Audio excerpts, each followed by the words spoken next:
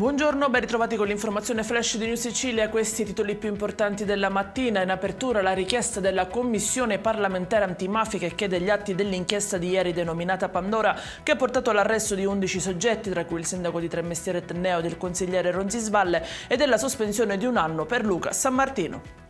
Approvata la nuova misura anti-assenteismo per i deputati dell'ARS. Chi si assenterà durante le votazioni sarà ammonito con una sanzione di 180 euro. Il nuovo sistema entrerà in vigore il 1° maggio, è stato scelto come una data simbolica dal presidente dell'ARS Gaetano Galvagno.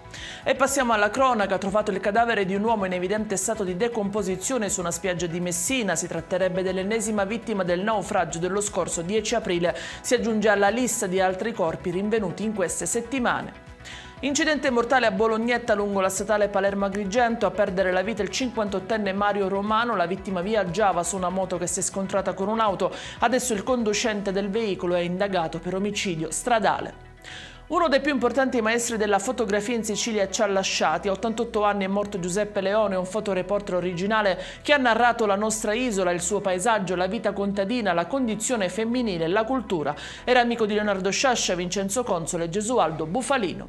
I dettagli su queste notizie e molte altre li trovate sul nostro sito www.newsicilia.it e sui nostri canali social. Arrivederci e a più tardi.